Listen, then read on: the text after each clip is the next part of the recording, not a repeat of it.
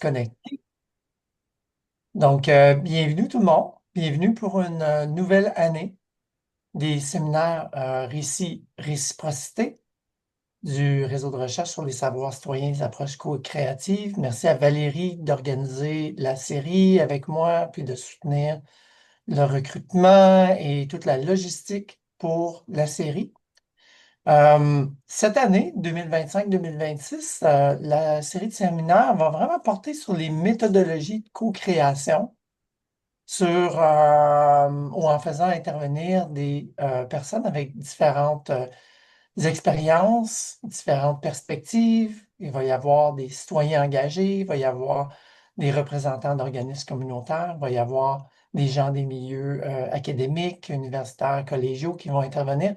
Donc, on a vraiment différentes interventions avec des gens avec différentes expériences et connaissances, et justement en lien avec la nature du récit comme réseau de recherche intersectoriel, mais axé comme dénominateur commun sur la mobilisation des savoirs citoyens dans le contexte de la recherche. Donc, merci tout le monde d'être là pour la nouvelle série.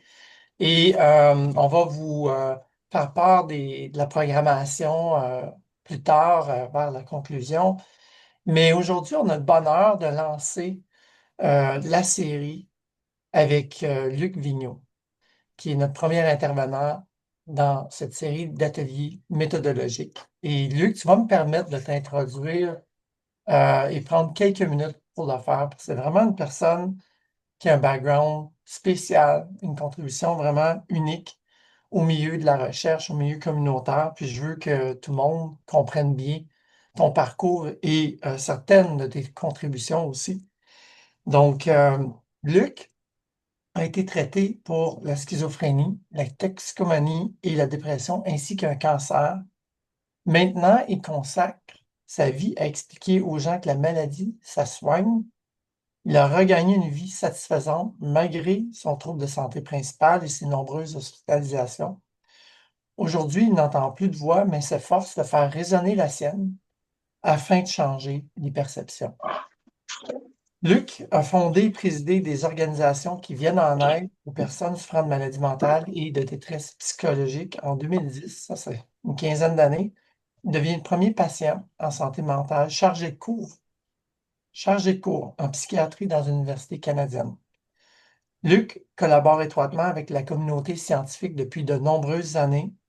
À titre de patient partenaire de recherche, il est membre du réseau 1 Québec. C'est un réseau de connaissances en services et soins de santé de Salut première mon ligne. grand. Juste, s'il vous plaît, Es-tu venu à bout de dormir un peu plus Madame, longtemps? Madame Lalonde, oui, merci. Et aussi membre du groupe de réflexion sur le concept de citoyen partenaire, deux initiatives qui sont affiliées à l'Université Laval. Il est également patient partenaire dans la recherche, de recherche pour CAP Rétablissement du Centre de recherche Cerveau, qui est basé aussi à Québec, un grand centre de neurosciences. De 2009 à 2011, il a cofondé et co-dirigé l'Alliance de recherche Université Communauté Canada-Brésil, Santé mentale et citoyenneté. Donc, vous voyez, il a été impliqué dans de nombreuses initiatives, amène un background vraiment unique. C'est pourquoi Luc est un interlocuteur qui est respecté tant par ses pairs que par les intervenants du réseau de la santé. Je vais ajouter du milieu de la recherche. Son parcours, c'est celui d'amener de l'avant le savoir expérientiel qui, qui doit être prisé, qui est prisé, mais qui doit être prisé, c'est l'optique de notre réseau en tout cas, par la communauté scientifique et académique. Donc, moi, j'ai eu le plaisir de travailler avec Luc dans un travail qui était très sensible. On s'est penché ensemble sur la question de l'aide médicale à mourir dans le contexte où le trouble de santé mentale est la seule condition présente ou la motivation principale de l'aide médicale à mourir. Ce n'est pas encore légal au Canada, mais ça risque très bien de le devenir parce que notre gouvernement fédéral a demandé des extensions de la mise en œuvre de cette législation qui est là, mais qui est tout simplement retardée. Donc, ça s'en vient et ensemble, on a travaillé à développer un guide d'accompagnement pour les parties prenantes un travail qui était délicat. On n'était pas toujours tous d'accord sur tous les aspects, mais on a réussi à travailler ensemble et à développer des ressources. Et ça a été vraiment un privilège de travailler avec Luc qui a amené beaucoup de contenu à notre démarche. Vous comprendrez que son travail a été reconnu de nombreuses reprises. Il a paru à Tout le monde en parle et a eu le prix coup de cœur du public en Mhm. 2013 pour son apparition. Il est aussi co-auteur d'un livre qui est un best-seller, qui est intitulé Je suis une personne, pas de maladie, paru aux éditions Performance. Donc, Luc, c'est vraiment un plaisir de t'accueillir dans cette série. Tu nous aides à la lancer avec, en fait, comme première intervention, la mise en importance, la mise en évidence des voix citoyennes. Donc, Oui. merci d'être là. On te laisse la parole. On a plus ou moins 30-40 minutes. Puis on va essayer de se garder un moment à la fin pour Oui, discuter parfait. avec toi. Je suis certain que plein de personnes vont avoir des questions, des commentaires, tout ça. Donc, on va essayer de se garder un temps. Mais je te laisse la parole et aussi animer tes diapos. S'il y a des problèmes, on est là en OK. arrière-plan. Bon. Est-ce que je vais essayer de... Est-ce que vous les voyez? Oui, Oui, c'est pas encore en mode plein écran. Je l'ai demandé pourtant. Ouais, juste en bas. Ouais, ah, C'est on le pas voit. encore arrivé. Ouais. Non. Voilà. C'est comme ah, ça? mais là, on voit votre derrière, Ah, pas le plein écran. bon. C'est tout le temps comme ça. Si vous Oui. avez un autre moniteur, des fois, c'est parce que ça va dans l'autre Oui, bord. j'ai deux moniteurs. C'est ça, C'est ça l'histoire. Moi, ça m'arrive. Ouais. OK. Bon. Euh, Là, C'est comme en- ça? c'est encore juste en arrière aux notes. Bon, bougez pas. OK. Des fois, à cause quand on a deux écrans, là, qu'il faut inverser où tu mets ton PowerPoint sur soit l'écran principal, s'il est sur l'écran principal, mets-le sur l'autre, parce que c'est ça, moi, ça m'est déjà arrivé. C'est ça qui va OK, faire qu'on va d'accord. voir le PowerPoint, nous, puis toi, tu vas voir les notes, peut-être. Je sais pas, je dis ça, là. On est Merci, encore sur Greg. les notes. Juste en haut, il faut aller paramètres d'affichage, puis tu fais basculer. Ouais, Attendez. c'est ça, probablement. Paramètres d'affichage que je vois là en haut, complètement en haut. Oh, En haut de on quoi? l'a perdu. Remets-les comme c'était, Luc, puis c'est Ah ouais!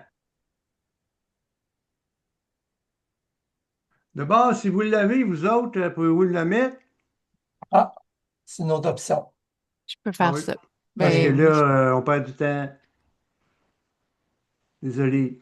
pas de On problème. me donne le temps de prendre une pause. C'est correct. Pas de trouble. Ah, Donc, bien, tu vois? sentez-vous à l'aise de prendre votre lunch aussi pendant le Ben, c'est séminaire. ça. Bon, hey, on l'a. Merci beaucoup, tout le monde. Merci pour cette introduction. Mon dos, j'en ai bien gênant, mais merci infiniment. Très, très, très, très content. Puis très content de participer à cette réflexion-là qui va vous parler un peu de d'abord mon cheminement, puis toutes mes réflexions de ce qu'on appelle le patient partenaire, là, au niveau de la recherche, entre autres, puis bon, un peu des soins aussi.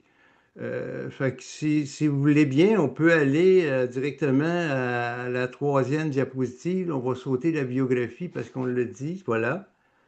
On va la sauter, celle-là. Bon, voilà. Ben, tu sais, je veux partir avant de savoir qui je suis et pourquoi. Tu sais, on est toujours le fruit de notre cheminement dans la vie. Puis moi, je suis une personne qui a vécu des problèmes sociaux, des problèmes de santé mentale, santé physique, depuis que je suis enfant, hein. Donc, j'ai été 3 ans en institution enfant, là, à l'année, donc l'été compris. C'est quelque chose, hein. Donc, puis, tu sais, cette année, j'ai eu 65 ans, donc je viens d'une époque où on sortait de la Révolution tranquille, où tout ce qui était différent était enfermé en institution, hein. Rappelez-vous, moi où j'étais en institution, pas loin de chez nous, c'était à Montréal, il y avait l'Institut des sourds et muets, hein. Parce que les sourds étaient enfermés, parce qu'ils étaient les muets, ils étaient enfermés. Bref, puis on allait jouer ensemble. Je garde de bons souvenirs de ça. Bon, aujourd'hui, on essaie de désinstitutionnaliser les gens, mais bref, ça reste un traumatisme. En dépit que les gens étaient bien gentils, là, ça reste un traumatisme. C'est une perte de liberté, une incompréhension du personnel. Plus tard, adulte, tu sais, quand ils te mettent nu sous la jaquette, là, c'est humiliant, puis tout ça. Les mises sous contention, j'en garde un traumatisme profond encore. L'isolement, là, quand j'étais jeune, la mise en isolement, la panique totale, l'incompréhension. Puis je vous dirais, à l'époque, dans ma petite tête d'enfant, je me disais, comment se fait-il? Parce que moi, j'étais chez des religieux, des frères religieux, puis je me disais, comment se fait-il que des hommes de Dieu puissent maltraiter des enfants? Tu sais, moi, je ne comprenais pas dans ma petite tête d'enfant, parce qu'on avait des cours de catéchisme de religion obligatoires, là. Mais, puis en contrepartie, tu sais, on en a mangé des claques à la tête, puis tu sais, je comprenais pas.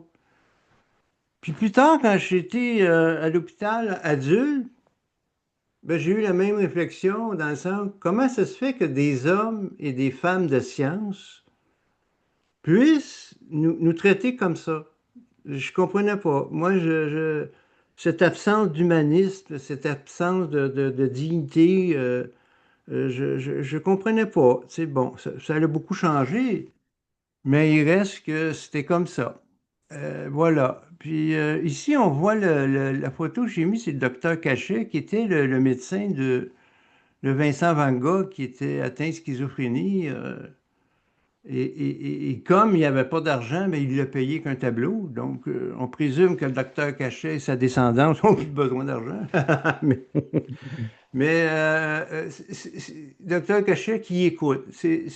Donc, ce que Vincent Van Gogh, ce qui l'a plus aidé, c'est l'écoute. Mais c'est un peu aussi ce que j'ai fait moi-même. Mais donc, dans ces institutions-là, très jeunes, puis là, on va voir à la prochaine diapositive, déjà, on nous parlait ce qu'on appelle aujourd'hui la décision partagée, hein. Quand j'étais petit, il n'y avait pas de recherche là-dessus, mais en fait, ils se sont rendus compte que, bon, tu sais, le comportemental, là, c'est-à-dire mettre en punition, mettre sous contention, ben, ça fait un bout, là. Tu sais, puis à un moment donné, tu te dis, ben, écoute, on est tous humains, puis la science progresse, puis il me semble qu'on pourrait faire d'autres choses que de traumatiser le monde. Fait que, ils ont commencé à instaurer l'idée que la personne est expert de sa vie, hein, expert d'elle-même. Puis quand on s'assoit avec, ben, on va éviter le paternalisme, on va parler d'égal à égal, puis ça va être deux experts qui discutent ensemble. Donc, vous avez le savoir d'un côté scientifique et clinique, puis vous avez le savoir expérientiel avec les valeurs, préférences et objectifs communs. Objectif commun, c'est surtout en soins, vous avez les soignants qui disent, par exemple, dans mon cas, il faudrait bien qu'ils arrêtent d'entendre des voix, c'est ça notre objectif. Puis moi, mon objectif, c'est d'être capable de me lever le matin, hein. Fait qu'on avait des discussions qui ne venaient nulle part, hein. Jusqu'à temps qu'ils disent, ben, OK, on va y aller avec ce que tu veux. Tu veux te lever le matin, ben, c'est ça qu'on va travailler. Puis, à un moment donné, quand les voix, ça va devenir un objectif commun, on pourra les travailler. Mais cette façon de faire-là, qui est le meilleur moyen en passant pour fidéliser quelqu'un à son plan de rétablissement. Donc, très jeune, on nous apprenait à exprimer, à parler, puis d'être d'égal à égal. Donc, ensuite, quand je suis arrivé dans le milieu de la recherche, puis tout ça, à la prochaine diapositive, d'abord, j'ai remarqué il y avait une différence fondamentale entre la santé physique et la santé mentale. Moi-même, ayant été traité pour un cancer, d'abord en santé physique, quand les patients, les citoyens, puis tout le monde se réunit pour X problèmes, je prends le cancer, là, bon, c'est très précis, hein. C'est vraiment, ils savent exactement quoi faire, où aller. Ils ont des outils diagnostiques qui existent. Ils peuvent te montrer des photos. Donc, et on intervient rapidement, supposé rapidement, là, on ne fera pas de politique, là, mais, euh, or qu'en santé mentale, tu sais, en santé physique, les intervenants, c'est plus des spécialistes hein, qui vont résoudre des problèmes. Or qu'en santé mentale, les troubles mentaux, ça touche les émotions, la pensée, etc. Il n'y a pas d'outils diagnostiques. On n'a pas de prise de sang, nous. On n'a pas de... Il n'existe pas de solution unique. Donc, les soignants, les médecins deviennent plus des accompagnateurs et des co-apprenants parce qu'ils doivent apprendre comment ça se fait que la personne qui est en avant de moi, qui a une maladie dite incurable, puis qui est devenue fonctionnelle, il y a quelque chose qui ne marche pas, là, tu sais, fait que, donc, déjà, la notion même du patient partenaire en santé physique et en santé mentale est différente, totalement. Et ça, ce n'est pas enseigné nulle part. J'ai pas vu ça nulle part. Moi, je suis allé dans des... On n'en tient pas compte de cet aspect-là, parce que quand tu te réunis alentour de la table, ben, avant même de parler du problème, va falloir qu'on s'entende sur c'est quoi, puis quelle approche qu'on veut, etc. Alors qu'en santé physique, c'est pas là, là. Si on parle du cancer du sein, ou peu importe, ben, on s'entend tout le monde sur quoi faire, là. Tu sais, avant même, bon, après ça, oui, il y a des trucs à faire, mais tu sais, alors, j'espère me fait bien comprendre dans le sens que nous, on a déjà cette différence-là. Donc, et aussi, ce qui est beaucoup différent avec la santé physique, on va voir à la prochaine diapositive que j'ai vécue, c'est la stigmatisation. Quand chaque mot est une arme, vous savez, notre maladie, à moi, à nous, puis à plusieurs d'autres, elle est utilisée pour insulter les gens. Hein. Traiter de quelqu'un de malade mental, de débile, de coucou, d'imbécile. Écoutez, des noms, il y en a un, puis un autre, puis un autre. Est-ce qu'on traite quelqu'un d'espèce de cancer? Non. On n'entend pas ça, tu sais, mais... euh, et on baigne là-dedans. Hein. On est entouré de ça. Si vous écoutez des séries télévisées, on n'entend que ça des mots comme ça dans la rue, dans la radio, même dans la radio, des commentaires avec le mot fou, débile, il y en a un peu un autre. Fait que, tu sais, on vient imprégné de ça. Euh, et ça nous rend ce qu'on appelle ça nous désapproprie notre pouvoir, puis c'est très mauvais pour l'estime de nous. Voilà. Et dans l'autre diapositive aussi, on peut voir ben, les images, hein, les films, hein, les autres maladies physiques, il y a rarement des films d'horreur, quelqu'un qui a le cancer du foie, là, ou le cancer, c'est rare. En tout cas, on n'a pas vu beaucoup, alors que nous, c'est beaucoup, puis il y a beaucoup de gens qui croient ça. Tu sais, le Joker, là, ça n'existe pas, là, c'est pas vrai, là, tu sais. Miss Ratchet aussi, là, dans Vol au-dessus d'un nid de coucou, là, tu sais, ça n'existe pas. Là. Ça a existé dans le passé, mais c'est plus que c'était. Donc, on a cette chose-là. Donc, aussi, à la prochaine diapositive, ce que je voulais vous montrer rapidement, ben, ça a un impact sur notre vie. Tu sais, quand j'ai voulu adopter un enfant, ben, on nous a refusé, hein, la DPJ nous a refusé une évaluation parce qu'on avait un dossier en psychiatrie. C'était notre crime. C'était épouvantable d'avoir un dossier en psychiatrie. Quand j'ai voulu, quand je dois me faire soigner en santé physique, je dois faire face à l'ombrage diagnostique. Hein. C'est dans votre tête, c'est à cause que vous avez une maladie mentale. Puis là, faut que tu débattes jusqu'à temps qu'il y en a un qui accepte de t'ausculter, puis dit, mon Dieu, on va vous opérer d'urgence. Emploi Québec, c'est pareil. Tu sais, j'ai demandé du soutien pour être travailleur autonome. On dit, vous savez, c'est stressant. Vous ne pouvez pas, vous allez décompenser. Puis à l'époque où j'ai fait cette demande-là, j'étais déjà auteur, chercheur, conférencier international. Tu sais, puis moi, ce que j'avais dit à la fonctionnaire, vous savez, ce qui est stressant, c'est un fonctionnaire qui me stigmatise. Ça, c'est stressant. Donc, voilà. Pourtant, tu sais, on m'a quand même octroyé, pour toutes ces raisons-là, un doctorat honoris causa qui est merveilleux. J'en suis très fier. Mais voyez-vous le changement qui est en train de s'opérer, là, puis c'est ça que je pense qui est important. Donc, à la prochaine diapositive, je tenais quand même à souligner pour les professionnels, les proches, même les personnes, que la stigmatisation, ce n'est pas intentionnel, hein. Il n'y a personne qui se lève le matin en disant on va stigmatiser le monde. Mais comme on a vu dans les diapositives précédentes, on voit bien que, étant entouré de ça, la recherche démontre que, j'ai pas mis de référents, mais je pourrais vous les envoyer, là. Moi, je fais de la recherche avec l'Université de Bordeaux. On a fait des méta-analyses, des méta-analyses. Nos plus grands stigmatiseurs, c'est nos soignants. Pas parce qu'ils nous battent, ils nous stigmatisent ben, à force de baigner dans ça. Puis aussi, probablement, tu sais, à l'hôpital, ils ne voient que des gens très malades. Ben, ils pensent qu'on n'est pas capable de se rétablir. Ils nous infantilisent. Il y a tellement de données là-dessus. Aujourd'hui, ben, je suis content parce que les institutions puis le gouvernement prend acte de ça puis il veut changer les choses, là.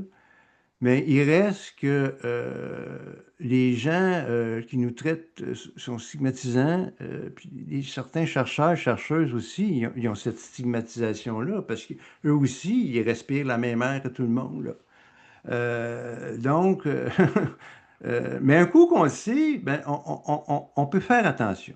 Donc, moi, j'arrive comme ça aussi dans le milieu de la recherche. Euh, Parce que au début, il y a des chercheurs qui sont venus me voir en disant, Hey, Luc, ce que tu as à dire, ça nous intéresse. Tu sais, on aimerait avoir ton point de vue. Tu sais, on lit dans les livres que la schizophrénie, c'est irrécupérable. Puis on voit bien que tu travailles à temps plein, que tu fonctionnes. Genre, Ah, on veut comprendre. Tu sais, fait que c'est comme ça que j'ai été invité à faire partie de la recherche. Puis j'ai été, j'ai été, j'ai été le premier patient partenaire de l'Institut de recherche de santé du Canada. J'ai été le premier co-boursier au Fonds de recherche de santé du Québec.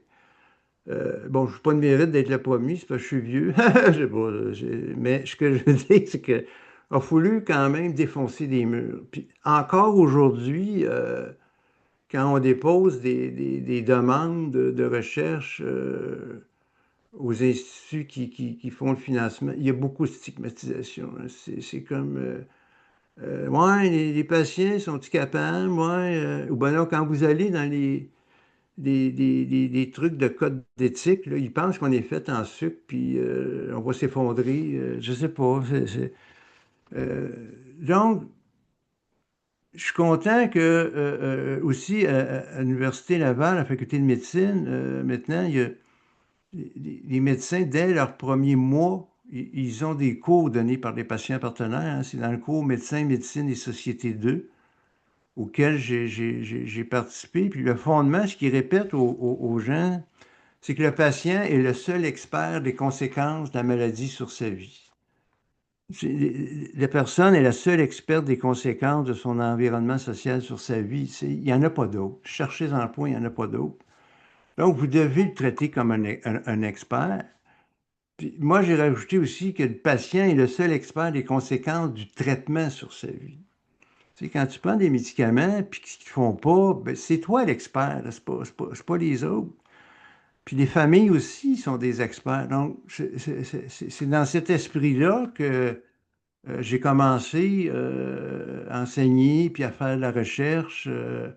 Tu sais, aujourd'hui, c'est ça, j'enseigne en psychologie, en soins infirmiers, en pharmacie, en service social, en médecine. Bref, je suis très content de faire ça. Et ça m'a amené j'ai cofondé une équipe de recherche qu'on va voir à la prochaine diapositive, là, avec une gang à Laval, puis d'autres. C'est mon équipe de recherche Cap Rétablissement, où on a un financement là, du FRQS comme équipe. Et c'est sûr qu'on a appris à instaurer des règles, tu sais, la relation d'égalité, de respect mutuel, la reconnaissance du savoir scientifique de l'autre, puis la reconnaissance du savoir expérientiel de l'autre. Là, c'est important ce que je veux vous dire là. C'est que le scientifique a aussi un savoir expérientiel. Et ça, je ne le vois pas beaucoup dans la littérature. Je ne le vois pas dans les présentations scientifiques. Quand on parle avec un scientifique ou quand on va se faire traiter, surtout les gens qui ont des maladies chroniques de longue date, ce qu'on a en commun, c'est qu'ils ne savent pas quoi faire avec nous autres. Donc, ils doivent discuter, puis les soignants doivent piger dans leur savoir expérientiel, parce que le savoir scientifique, il ne peut pas régler le problème. Alors, il va falloir qu'on voit ça de plus en plus. Puis, à l'inverse, le patient qui a lu, qui a fait des revues de littérature, qui a fait des recherches, il a développé un savoir scientifique aussi. Hein. Donc, c'est pas juste un scientifique puis l'autre expérientiel. Pour moi, c'est les deux. Donc, c'est comme ça qu'on fait la co-construction, qu'on décide ensemble. Et chez nous, les transferts de connaissances intégrés ensemble, c'est-à-dire, c'est pas le scientifique qui vient donner ses résultats. Ah, puis by the way, tout à l'heure, il y a un patient qui va venir faire son petit témoignage. Ça a été banni. C'est vraiment une présentation globale où chacun et chacune présente la science et l'expérience. C'est parce qu'on en a tous. Donc, c'est ça qui est important. Puis également, tu sais, dans ma réflexion, quand un scientifique présente ses résultats de recherche, on ne dit pas, viens-tu témoigner de tes résultats de recherche? Non, non, on dit, viens faire une conférence scientifique. Nous, c'est pareil. Moi, des fois, je reçois des... Luc, viendrais-tu faire un témoignage dans mon cours? Je ne fais pas ça, des témoignages, moi. Je n'en fais pas ça. Appelle-en un autre. Moi, je fais une conférence scientifique. Je fais une conférence scientifique oui, qui est basée sur mon savoir expérientiel, d'accord, qui est aussi teintée de toute l'expertise que j'ai acquis par la science. Euh, donc, pour moi, c'est pas un témoignage, là, c'est pas, ça a autant, parce qu'on n'arrête pas de nous répéter que les deux savoirs ont tant de valeur, ben on va les appeler pareil. Là, on va commencer comme ça. Donc voilà, ça m'amène à l'autre diapositive aussi qui parle un peu de la place qu'on appelle des patients partenaires. Là, bon, dans santé mentale, on a les pères aidants qui est aujourd'hui un poste syndiqué. Là. On a fait du chemin. Là, hein. On est intégré aux équipes, on a des formations. Puis on a une convention collective, là. C'est pas rien, là. Donc, on a fait du chemin et on est intégré dans l'organisation des services, dans l'enseignement, la formation continue, la recherche, la consultation, la transformation et surtout avoir accès aux mêmes toilettes que le personnel. Je sais, certains vont en rire, mais nous, à santé mentale, longtemps et encore, dans les aires communes, il y a des toilettes réservées au personnel, puis des toilettes réservées pour les patients, qui est un dernier bastion de la ségrégation humaine. Hein. C'est en santé mentale que cette ségrégation-là. Euh, c'est toujours, ah, c'est pas propre des toilettes qu'il faut. Moi, j'ai travaillé 5 ans, puis je m'amusais à aller dans les toilettes du personnel. Laissez-moi dire qu'il y en a qui sont crottés solides. En fait, ce qu'il faut, un peu comme chez nous, quand je reçois de la visite, j'ai le choix. Ou je barre les portes des toilettes, puis je les envoie dehors, ou je les nettoie régulièrement. J'ai choisi de les nettoyer régulièrement. Donc, c'est ce qu'il faut faire quand il y a plus de monde. Voyons, genre bégaye. Maintenant, dans la prochaine diapositive aussi, dans mes réflexions, je l'ai appelé Écris-moi des mots qui sonnent, qui est une chanson de Céline Dion. Euh, tu sais, il y a patient partenaire, il y a citoyen, il y a première personne concernée, il y a proche, partenaire. Il y en a des mots, il y en a un peu un autre. Mais à la base, c'est toute la même chose. Sauf que il faut comprendre que les patients, les proches, les premières personnes concernées, est-ce qu'on leur demande de participer dans la consultation, de la présentation, de la collecte de données? Là, c'est différent, là, tu sais, parce que, tu sais, les CIUS, par exemple, les CCCIUS, ils ont une politique, pas tous, mais qui ne payent pas les patients partenaires. Même si tu vas faire de la recherche, des conférences, des collègues, désolé, nous, on ne paye pas. Là, ça m'a amené à la réflexion. Ça veut dire que si un plombier est appelé d'urgence à l'hôpital pour déboucher les toilettes, il débouche les toilettes, il envoie sa facture et le gestionnaire découvre que ce plombier-là, il a un dossier en psychiatrie. Est-ce qu'il va lui dire, désolé, on ne peut pas te payer, on ne peut pas te payer? C'est, encore une fois, de la ségrégation solide, là. C'est de la ségrégation solide, là. Fait que, tu sais, quand le patient partenaire a atteint une certaine notoriété, ben, il faut le payer en conséquence. Tu sais. Voilà. Parce que, bon, je l'ai mis une petite note, là, la recherche est le meilleur outil impartial pour faire changer les choses, hein, c'est important. Donc, à la prochaine diapositive, justement, tu sais, parce que des fois, je vais envoyer des gens, je réfère des gens, puis là, les responsables des bureaux de patients des universités, est-ce que cette personne-là a de la formation? Écoute, moi t'expliquer quelque chose. Quand tu as été depuis ton enfance en institution, tu as déjà appris c'est quoi co-construire. Laisse-moi dire que tu dois, pour ta survie, pour être entendu, pour être soigné, pour éviter d'aller en isolement, pour éviter d'aller co-construire, tu connais ça solide. Tu as appris à utiliser leurs mots, leur savoir-être. Faut que tu parles. Ils n'ont pas essayé de te comprendre, mais nous, on a appris à les comprendre. Nous, on a appris à connaître leurs mots. On a appris à dialoguer, négocier, faire des compromis, créer des alliances. On a tout fait ça. Puis là, j'ai acheté une formation d'un truc de patient partenaire que je nommerai pas, là, sur justement la co-construction. C'était cucu, là, mais d'un cucusme, là. C'est une insulte à mon intelligence. Je me pensais dans un camp de vacances pour enfants du primaire, là, tellement c'était d'une imbécilité rarement vue. Tu sais, ils nous ont fait faire une recette pendant 1 heure et demie de temps. Hey, écoute bien, là, moi, nous, on est rendu ailleurs, là. Tu sais, puis quand tu fais la formation populaire, là, tu dois t'assurer que les gens sont en avant, ou ce qu'ils sont rendus, là, tu sais, faut comprendre ça. Donc, nous, on a déjà appris ça. On a déjà appris à dialoguer avec ces professionnels-là, puis d'être d'égal à égal. Fait bref, les plus vieux d'entre nous se souviendront en santé mentale, hein, des années 80, 90, il y avait les tables tripartites. Hein. Il y avait les tables où tu avais les gestionnaires, les professionnels, puis les patients qui étaient réunis ensemble pour la transformation du réseau. Il n'y avait pas ça en santé physique. Nous, on était là, on a fait ça. Donc, ça m'amène à l'autre diapositive, s'il vous plaît. Le savoir expérientiel, ben, un savoir à part entière et à sa juste valeur. Moi, bon, je l'ai expliqué, ça fait longtemps que je vis ça. Je suis co-boursier, co-auteur.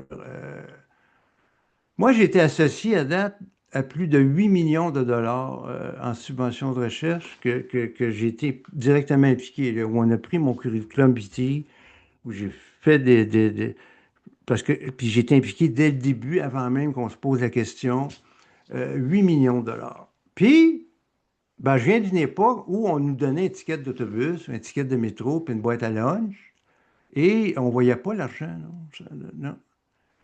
Puis, ben moi, j'en faisais, j'aimais ça, parce que pour moi, c'est important. Puis, à un moment donné, Hey, 8 millions, là. 8 millions, puis moi, v'là, à peine 2, 3 ans, j'allais dans les comptoirs alimentaires, j'allais dans les comptoirs vestimentaires. J'avais pas d'argent pour faire mon épicerie. Puis là, tu es assis à une table avec des gens qui se partagent 8 millions. Qu'est-ce que vous faites avec ça? Ah, ben, vous savez, moi, ben, il y a une partie qui va à l'université pour me libérer d'enseigner. Il faut qu'il engage quelqu'un. Ah, OK. Ensuite?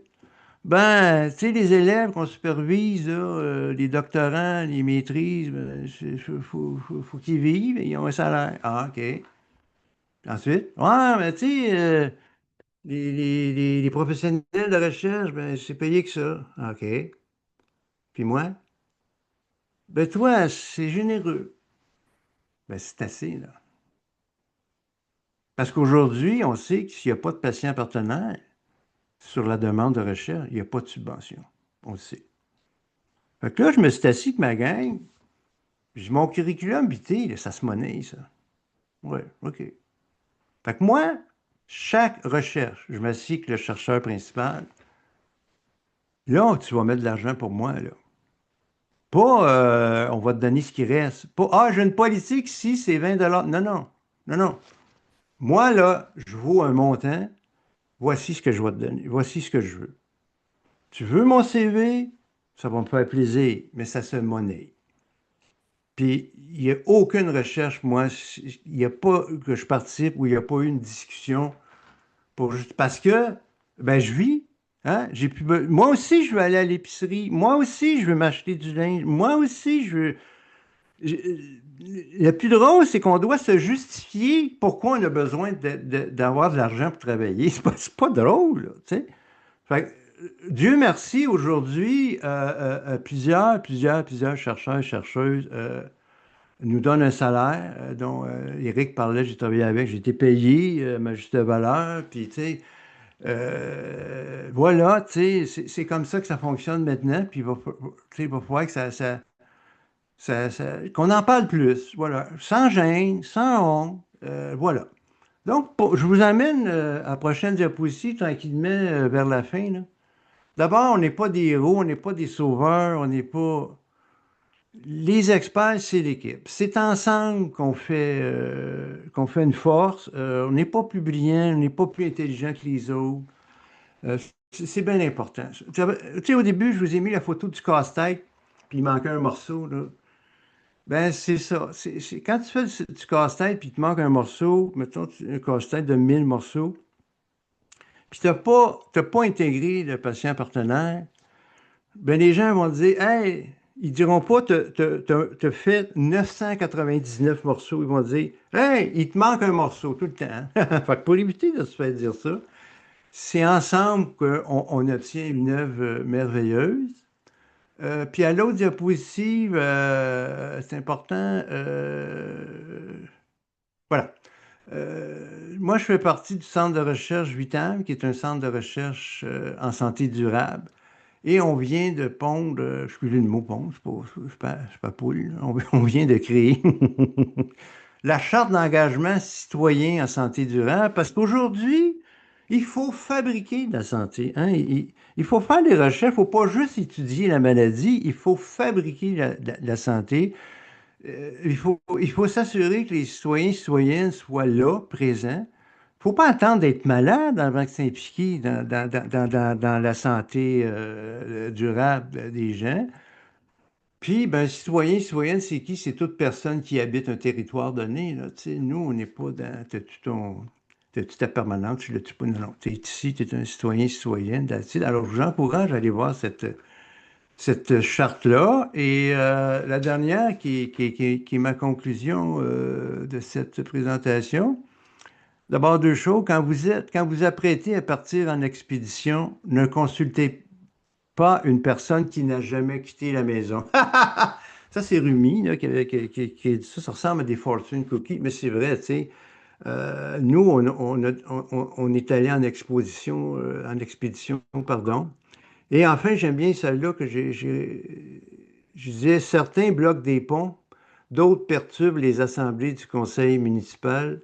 Nous, nous faisons de la recherche pour que notre vie en société soit meilleure et plus inclusive.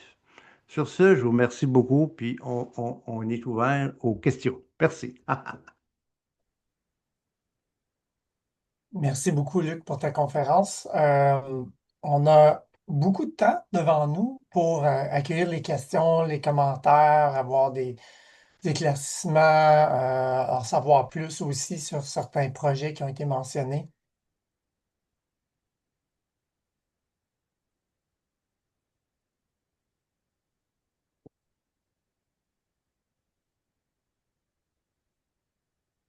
Ben, je pourrais commencer pendant que les gens peut-être pensent à des questions. Nous, quelque chose qu'on aime discuter ou on aimerait approfondir dans le récit, ça serait, tu sais, des fois, c'est qui initie les projets de recherche? Je ne sais pas si vous voulez parler de votre expérience, mais on dit souvent que c'est les chercheurs qui pensent à une question, puis là, ils vont essayer de, tu sais, trouver des patients partenaires qui fit un peu avec déjà leur projet qu'ils ont en tête. Est-ce que vous avez des expériences où ça a été plus soit vous, les patients, qui ont vraiment conceptualisé le projet puis identifié des questions? Oui, absolument. Beaucoup d'ailleurs. Entre autres chez Vitam, chez Cap Rétablissement. Cap Rétablissement, nous, on se réunit, ben, ça dépend, là, ça peut être aux 2 semaines, aux 3 semaines. Et le premier point à l'ordre du jour, c'est toujours pour les patients partenaires ou les proches partenaires. Toujours, toujours, toujours. Ça, c'est immuable. Parce que si on veut parler de quoi, puis on met ça dans la variable, vous savez très bien qu'on ne sera jamais à variable. On parle des recherches. D'abord, on parle de notre expérience. Des fois, suite à une expérience qu'on a vécue, ce serait peut-être une bonne idée de recherche. Et là, on demande aux gens s'ils seraient intéressés par ce sujet-là. Chez Vitam, il y a 100 chercheurs quand même, chercheuses, c'est beaucoup de monde. Donc, on se réunit, puis là, on met nos idées sur table. Puis, s'il y a un chercheur qui c'est son domaine, ben, il va aller te voir, puis il va dire, parfait, on va bâtir de quoi ensemble. Euh, Chez Vitam, la chaire de recherche est co-dirigée par un patient partenaire. Il y a un scientifique qui est quand même une avancée. Donc oui, puis à l'université, pareil. Moi et plusieurs autres, on fait ça régulièrement, d'aller cogner aux portes des chercheurs pour avoir leur appui pour faire des recherches. D'ailleurs, quand j'ai cofondé l'Alliance Communauté Université, là, c'était ça, là, c'était des citoyens puis des chercheurs qui s'assoyaient ensemble pour décider des recherches. Mais je pense qu'on est rendu là. Je pense, parce que je sais que les bailleurs de fonds ici, à l'Université Laval, il avait fait une étude, 85% des recherches n'avaient aucun impact sur le patient. 85%. Fait que là, ils ont dit, désormais, ça n'a pas d'impact. On ne finance plus, on n'embarque plus, on vous recommande plus. Alors, toutes les recherches doivent avoir un impact, puis toutes les recherches doivent avoir des patients partenaires. Donc, tant mieux, tant mieux. Puis oui, on initie encore, puis on fait des alliances, même entre équipes de recherche. Tu sais, on n'est pas en compétition, là, vraiment pas. On est là pour aider les gens. Merci. On veut vraiment s'assurer qu'on peut aussi faire le lien au récit entre les citoyens, puis Oui, leurs vous faites ça, questions, vous puis autres les aussi, oui. chercheurs. Tu sais, on veut s'améliorer là-dedans, là, donc ça nous aide beaucoup d'entendre votre perspective. Merci. Merci. Mhm. Je demandais à Audrey Dessureau de prendre la parole, qui a la main levée. Oui, bonjour. Merci beaucoup, Luc. C'est vraiment pertinent et intéressant. Ah oui, merci. Euh, En fait, moi, je me questionne beaucoup à savoir, parce qu'on n'en parle pas beaucoup du patient partenaire. En tant que même patient, on n'est pas au courant que ça existe. On ne sait même pas que pour la plupart des étudiants, ben, en fait, les étudiants sont formés avec des salles avec des vitres et tout ça, où est-ce qu'on regarde comment l'interrogatoire se fait, l'alliance thérapeutique se fait, et tout ça. Donc, tu sais, dans le sens que moi, j'aimerais ça, justement, embarquer dans ce beau bateau-là, mais je ne sais pas par quelle porte d'entrée faire. Puis j'ai au moins 4-5 projets en tête, dont un Wow. qu'on peut monétiser. Donc, Mm. et qui aura un impact social assez incroyable, je vous dirais, là. Fait que, tu sais, j'aimerais ça embarquer dans votre bateau, mais on fait comment? Ben, c'est une bonne question. En fait, oui, les entrevues derrière une vitre, pour certains patients qui sont moins à l'aise que les étudiants soient assis dans la même pièce, là. Donc, c'est un choix de chacun est libre. Moi, personnellement, je demande à ce que les étudiants soient assis dans la pièce. Laisse faire la vitre, là. Bon, je suis habitué. Puis, chez nous aussi, on essaie de faire des rassemblements avec juste des patients pour expliquer comment ça fonctionne, pour expliquer comment ça marche. Puis, on demande, les chercheurs seniors, quand ils engagent quand ils enseignent aussi, ils incitent beaucoup les étudiants à aller rencontrer des gens, soit via les groupes communautaires ou soit via le bureau du patient, d'aller voir du monde qui sont l'objet de la recherche pour parler avec eux, puis surtout les mettre en contact. Tu sais, un jeune ou une jeune à la maîtrise qui a un sujet qui te touche, là, ben ça, c'est un allié pour la vie. Là, tu sais. Fait que, aller l'aider, l'accompagner là-dedans, c'est un allié pour la vie après. Fait que je pense le récit, le réseau ici peut faire ça, là, tes projets à toi, les prendre en note, puis trouver, te mettre voyons, avec un chercheur. Il y a aussi les GMF puis les CCCIUS qui ont une job à faire. C'est faire la promotion des patients partenaires, s'assurer que les gens soient en contact avec ça. On essaie, il y a beaucoup de sites web, peut-être aussi ici puis en Europe, là, là-dessus, ça nous prendrait une banque ou une place où on nous entend, là, donc, mais voilà, oui, je pense. Puis, de ta propre initiative, si tu connais un chercheur, une chercheuse, tu sais, moi, l'auto-soin, là, ça fait longtemps, c'est quelque chose d'important pour moi, puis j'étais allé cogner à la porte de Johnny Hull, tu sais. Je me souviens, Johnny, j'ai besoin de ton PhD. Je sais pas si tu te souviens, Johnny. Mon Dieu, ça va me faire plaisir. Pour une fois qu'il va servir, comme elle dit. Donc, c'est une blague, là, mais tu sais, elle a embarqué dans mon projet. C'était pas de la recherche, pour un livre, co-auteur de mes livres, mais c'est ça, parce que pour moi, c'était le meilleur, puis elle est toujours le meilleur là-dedans. Beaucoup essaient de l'imiter, mais peu l'ont égalé. Donc, voilà, c'est un exemple d'aller toi-même cogner à des portes, puis tu seras surprise. Voilà. Juste peut-être pour faire du millage sur ce qui est dit, au sein du récit, ça nous fait plaisir d'aider à faire des maillages. Si Mm. des gens ont des besoins ou ont des projets qui aimeraient trouver des partenaires, ça va nous faire plaisir d'afficher et de communiquer vos demandes. Puis il y a aussi des concours de subvention des fonds de Oui, recherche du Québec, notamment l'initiative Dialogue, qui permettent à des citoyens de formuler des questions oui, pour trouver des partenaires dans les milieux de recherche. Donc, de ma connaissance, ce concours-là est encore ouvert. Il est oui, probablement ouvert une fois par année oui. et vous pouvez déposer des questions. Je ne sais pas, il y a un processus pour sélectionner les questions et appareiller les gens, mais il y a cette démarche-là, puis d'autres aussi que je ne connais pas. Si les gens ont d'autres suggestions, vous pouvez les mettre dans le chat aussi. Pour le programme engagement qui a été mentionné, j'ai peut-être dit dialogue, mais c'est peut-être le programme engagement. Des fois, je Oh, crois. il y a toutes sortes de noms. Hmm. Oui, mais c'est Rémi Quirion, l'ancien scientifique en chef, qui a mis ça sur pied, là. Voilà. Puis il y a plusieurs équipes de recherche aussi ou de groupes de recherche qui offrent des petites subventions, là, 5-10 000 piastres, tu sais, quand tu brosses des millions, justement pour aider à faire du maillage, puis à trouver des questions de recherche.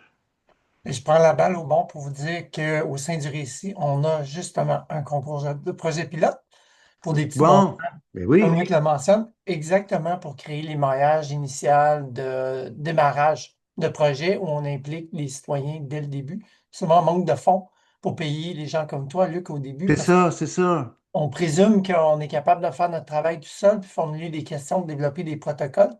Mais au sein du réseau, on a jugé que c'était fondamental de pouvoir bien lancer les projets, bien les démarrer avec les personnes concernées. Donc, les projets pilotes, le concours de projets pilotes est là C'est vrai. principalement pour ça. Pas juste ça, mais principalement pour ça. Donc, Merci Luc, de le tu connais dire. Ouais. des projets aussi, puis Audrey aussi, si vous voulez vous trouver des partenaires, on a une offre de subvention. Je vais demander à Camille, qui est coordonnatrice du levier, un Living Lab en réadaptation, de prendre la parole. Merci beaucoup, Eric. Bonjour, Mhm. Monsieur Vigneault. Bonjour. Merci de votre partage, de votre savoir que je trouve exceptionnel pour ma part. Mhm. Et je voulais revenir avec vous sur une dimension que je trouve euh, encore peu nommée. Vous avez eu comment dire, la finesse de le souligner, c'est le savoir expérientiel, pardon, excusez-moi, du chercheur. Ça, Mhm. c'est une dimension que je trouve vraiment passionnante parce que dans le fond, euh, j'ai remarqué que dans certains moments de rencontre entre des patients et des parties prenantes des chercheurs, c'est souvent le moment où le chercheur quitte un peu sa casquette Oui, c'est vrai. de sachant, hein, si je puis me Mhm. permettre Tout à fait. que justement quelque chose se passe. Puis je voulais un tout petit peu savoir si vous aviez des recommandations pour les chercheurs euh, sur, Mhm. sur cette notion-là, sur comment s'exprimer à partir de soi, comment être pertinent aussi dans ce qu'on va partager au moment par exemple, d'ateliers de co-création ou de moments de partage comme ça.